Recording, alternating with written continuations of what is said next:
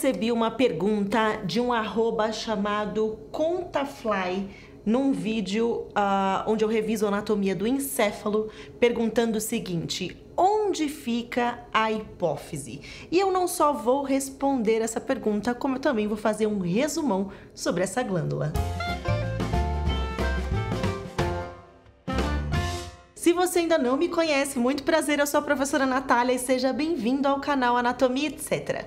Aqui a gente tem aulas de anatomia, fisiologia e a gente fala de vários outros assuntos relacionados à ciência e ao corpo humano.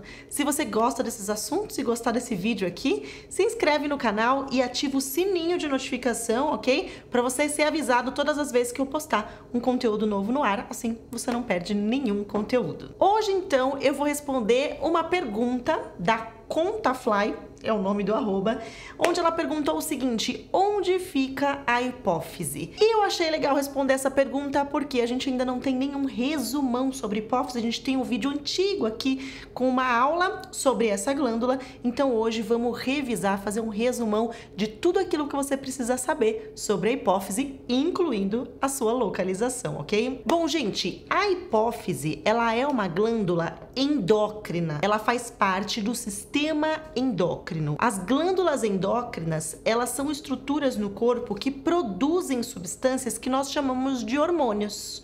Os hormônios, eles são liberados diretamente na corrente sanguínea e aí eles vão agir em células-alvo, em células específicas que vão sofrer a ação daquele hormônio. Qual ação? Vai depender do hormônio e hoje eu vou citar para vocês quais os hormônios que são produzidos e liberados pela hipófise para vocês entenderem aí a função desses hormônios, ok? E respondendo já a pergunta que eu recebi, vamos dar uma olhadinha aqui no Anatomy App, que é o site que eu uso para a gente ver as estruturas aí do corpo humano de forma tridimensional. Aqui a gente tá vendo um dos hemisférios cerebrais, tá vendo? Aliás, a gente tá vendo um dos lados de todo o encéfalo. Esse aqui é o lado direito. E se a gente visualizar aqui na parte medial, a gente consegue ver uma bolinha aqui, ó. Tá vendo essa bolinha? Essa aqui é a hipófise. Então a hipófise, ela tá localizada na base do cérebro, ok? Numa região chamada diencéfalo. Tudo isso aqui, ó, que tá pintado em cinza, se chama diencéfalo. Aí aqui nós temos uma região que a gente chama de hipotálamo e aqui nós temos a hipófise, ok? A hipófise também é chamada de glândula pituitária. Então, quando vocês lerem hipófise ou pituitária, é a mesma coisa. E reparem como ela é pequenininha. Tá vendo a proporção dela em relação a todo o nosso encéfalo? Então, ela tem esse tamanho pequenininho mesmo, como se fosse uma ervilha. Ela tem o tamanho de uma ervilha. Mas, gente, como o tamanho não é documento, a hipófise é tão importante, mas tão importante, que ela é conhecida como glândula mestre. Por quê? Porque ela produz hormônios ou libera hormônios que são produzidos pelo hipotálamo também, que são fundamentais para controlar várias outras glândulas no nosso sistema endócrino. Então ela é ali o chefão, né? O mestre, por isso ela é conhecida como glândula mestre. Ela controla várias e várias outras glândulas endócrinas. Então o sistema endócrino quase todo basicamente passa pelo controle da hipófise, ok? Então, respondendo a pergunta, ela é uma glândula que está localizada aqui na base do cérebro, numa região chamada de encéfalo e conectada aqui com o hipotálamo. Guardem isso, porque isso vai ser importante para a gente entender alguns hormônios que ela libera daqui a pouquinho. Gente, funcionalmente e anatomicamente também, a hipófise é dividida em dois lobos ou dois giros. A gente tem aqui o lobo anterior, deixa eu aproximar aqui para ver se vocês conseguem ver. Tá vendo aqui pintadinho em amarelinho? Esse aqui é o lobo anterior. Ele é chamado também de adenohipófise. E aí a gente tem o lobo posterior, que é esse que tá em cinza, chamado também de neurohipófise, ok? Então, lobo anterior, adenohipófise, lobo posterior, neurohipófise.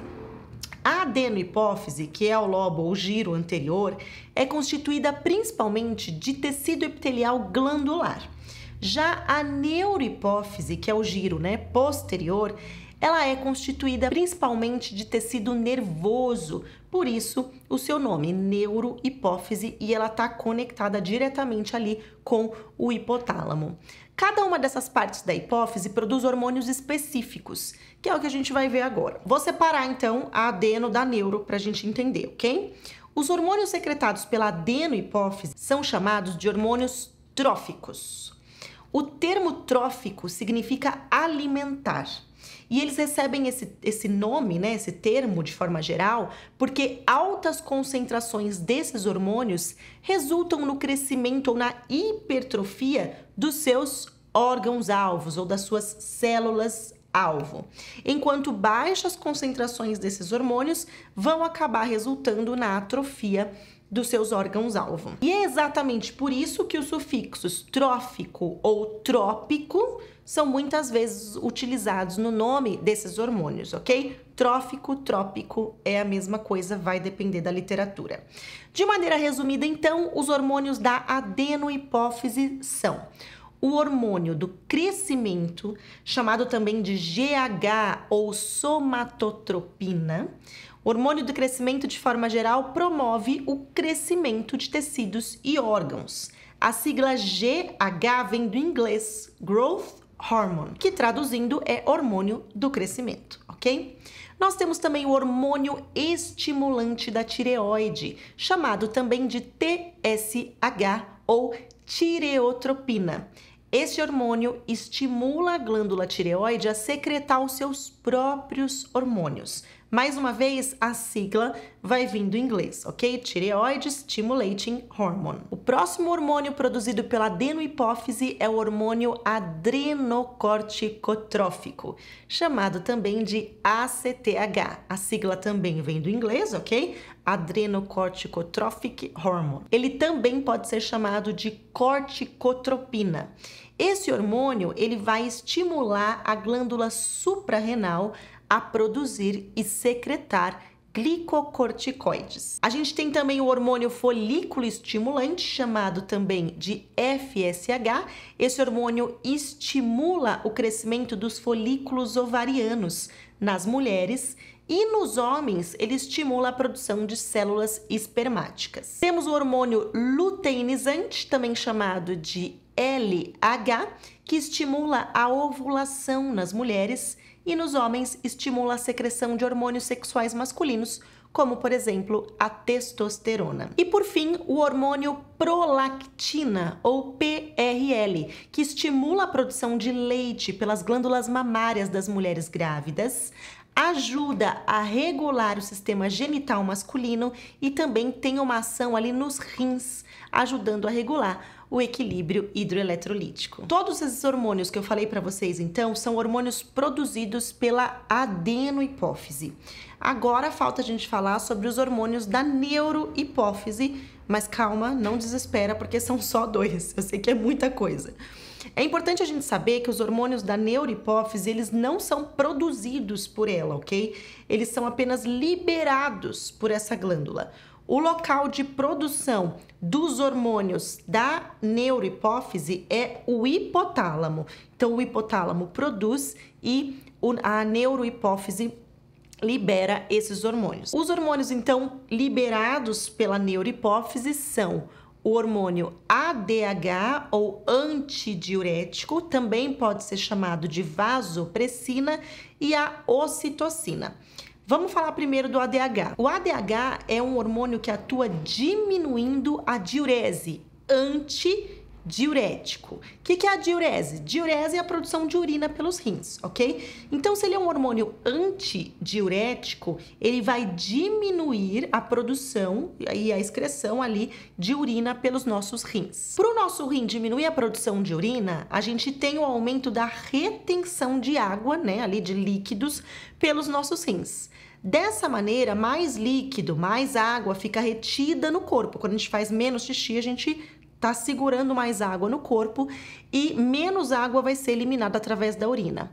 Exatamente por regular essa quantidade de líquidos no corpo, o hormônio antidiurético ele vai acabar auxiliando no controle da pressão arterial. Vocês já devem ter ouvido falar em pacientes hipertensos que precisam utilizar medicamentos diuréticos, que têm ação contrária à do hormônio.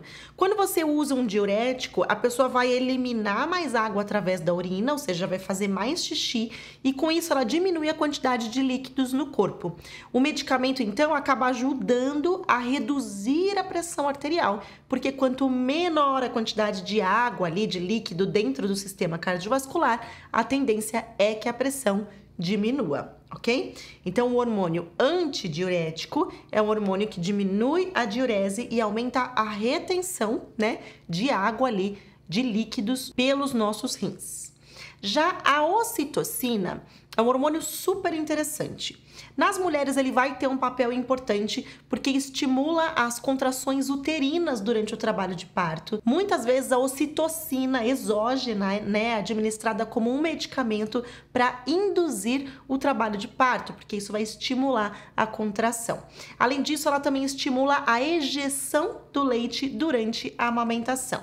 Nos homens, ela também tem ação. Alguns estudos demonstram um aumento dos níveis de ocitocina durante a ejaculação. E pesquisas também mostram que a ocitocina ela está relacionada ao desenvolvimento da afeição entre pessoas e ao vínculo entre a mãe e o bebê, sendo até apelidada de hormônio do amor. Bom, pessoal, essa foi uma breve revisão sobre a hipófise, com os pontos principais que são importantes a gente saber sobre ela. Lembrando que se você quiser ter acesso ao PDF com todas as informações e imagens trazidas nessa aula aqui, basta assinar como membro do canal na categoria Anatomista Entusiasta, ok? Só nessa categoria você tem acesso aos PDFs das últimas aulas aí, das aulas mais recentes do canal. Então, desde o ano passado aí, eu acredito que desde a metade do ano passado, todas as aulas nossas contam com um PDF e os membros do canal têm acesso liberado a esses PDFs, ok? Vamos revisar então os principais conceitos vistos nessa aula? Revisando então, a hipófise é uma glândula bem pequenininha situada na base do cérebro. Ela é dividida em dois giros ou dois lobos. O lobo anterior, que é a adenohipófise, e o lobo posterior, que é a neurohipófise.